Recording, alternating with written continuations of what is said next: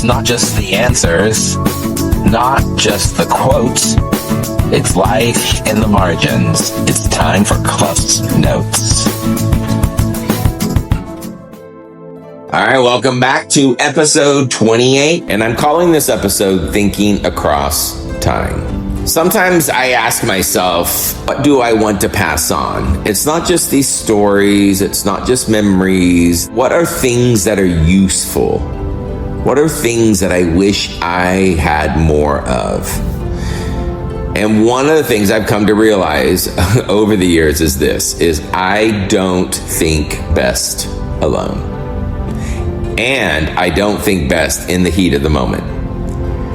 What I know and what shaped me is good relationships. Good friends, wise colleagues, healthy teams, healthy, honest conversations.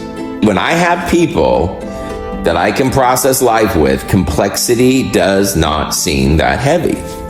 But there have been seasons, especially in leadership, where the complexity was deep and the processing partners, quite frankly, were few. One of the biggest challenges I think I had in my career was when I was an area superintendent. The scope of it, the curriculum, accountability, Title I, personnel, shifting systems, the politics, it was just layered and constant. And the hardest part wasn't the work. It was just trying to figure out this complexity in order to feel comfortable making decisions. So I noticed that something began developing in me, and the system of reflection. It's happened since I was young in my journaling. It's moved into my voice memos and into my sketching, and now into conversing with AI. I kept finding ways that I could handle complexity. I call this thinking across time, because thinking across time is what I do when I refuse to rush into a complex decision, or I just feel completely inadequate to rush into a complex decision. And this is especially important to me when the decisions I'm making are impacting other people. When it's just about me, I feel like I can move more quickly.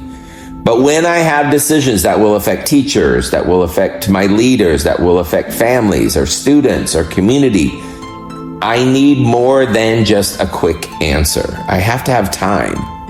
I need to talk it out. Comprehension upon utterance. I need to journal it. Again, it's evolved into sketching or recording my thoughts. Sometimes I need that mirror so I can let it breathe. I've realized something about myself, that my strength is not my quick answers. My strength is what happens when I give time to complexity. Because when I do that, my perspective widens. And widening perspective doesn't mean that I'm right at all. It just means I can see more. And when I see more, my ability to respond instead of react grows. I call that adaptive capacity. And here's an example, like with Harbor, my granddaughter. She's 3, and I love being preschool papa with her. And sometimes, we'll go to the library, or we'll go to the play area on Wednesdays at the church. But I reflect often on how am I showing up for her? I'm curious, am I helping her? Am I over scaffolding? Am I modeling curiosity? Am I staying in the audience and letting her kind of have her own productive struggles enough? And it's not because I want control, it's just I'm trying to balance out what I hope are going to be positive impacts of our time together. So that's what thinking across time is for me, is reflecting on things like that. What do I learn from what I notice happens to her when I'm with her? And of course, with thinking across time, there can be a problem. I can admire a problem too long. Sometimes it just becomes lack of action. And I've had to learn, I gotta put it aside. Like Michael says, all right, enough. We now need to act. But if I'm going to err, I'd still choose widening over reacting. I think best across time, especially if the thinking is complex and doesn't have easy answers. When my perspective widens, my response becomes more intentional. It's more grounded. It's more aligned to who I want to be, who I'm trying to be. All right, so here's your nudge.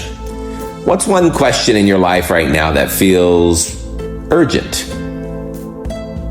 What would happen instead of reacting to it if you gave time to think?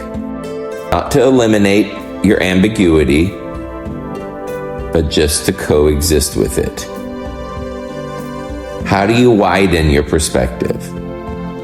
How do you steady your nervous system? How do you find some alignment before you act? Maybe your strength isn't quick answers, but maybe it is when you let the complexity in your world breathe just a little.